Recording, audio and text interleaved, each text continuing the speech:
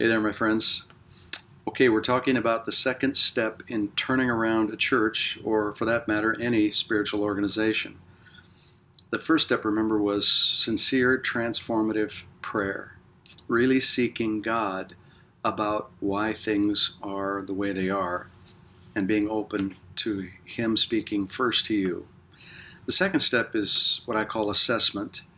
And after you've prayed and gotten the Lord's heart or gotten a renewed understanding of your assignment, it's important to look around and see the condition of your flock or your whatever the organization is. In fact, that's something really we should never stop doing.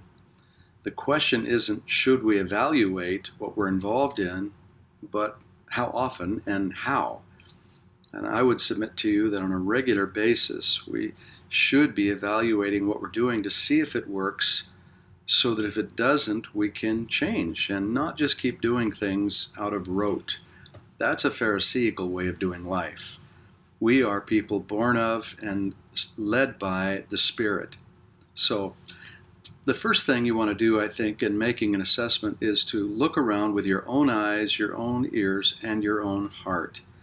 Because if you've really prayed well, then you will have insights from the Lord, first in your own life, but then outward as well. And that's so important.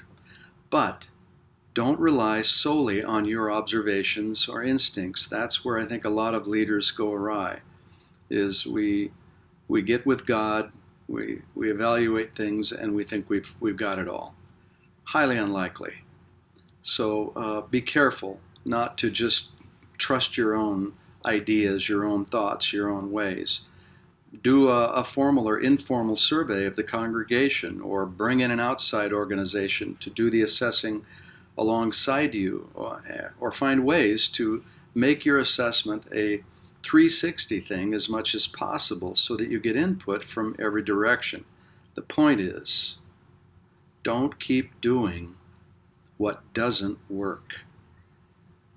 God works. He always has, and He always will. The book of Acts is a prime example of that.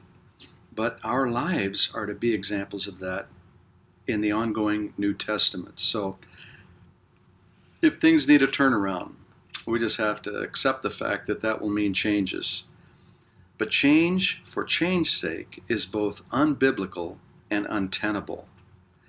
The changes we need to make need to hit some real targets.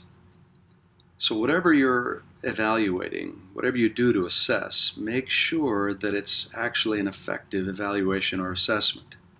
And then the next step is to clarify your vision and to make a plan with objectives. But let me remind you again, don't do that without prayer and without a good assessment first. Don't make plans without those two things in advance, because in all likelihood you'll end up making plans the Lord will have to change. So I hope that's helpful. If you're in that stage, you've prayed and you've really sought the Lord, next step, assess, evaluate, check it out, and then you can make a plan. We'll talk about that next time. God bless you. Talk to you soon.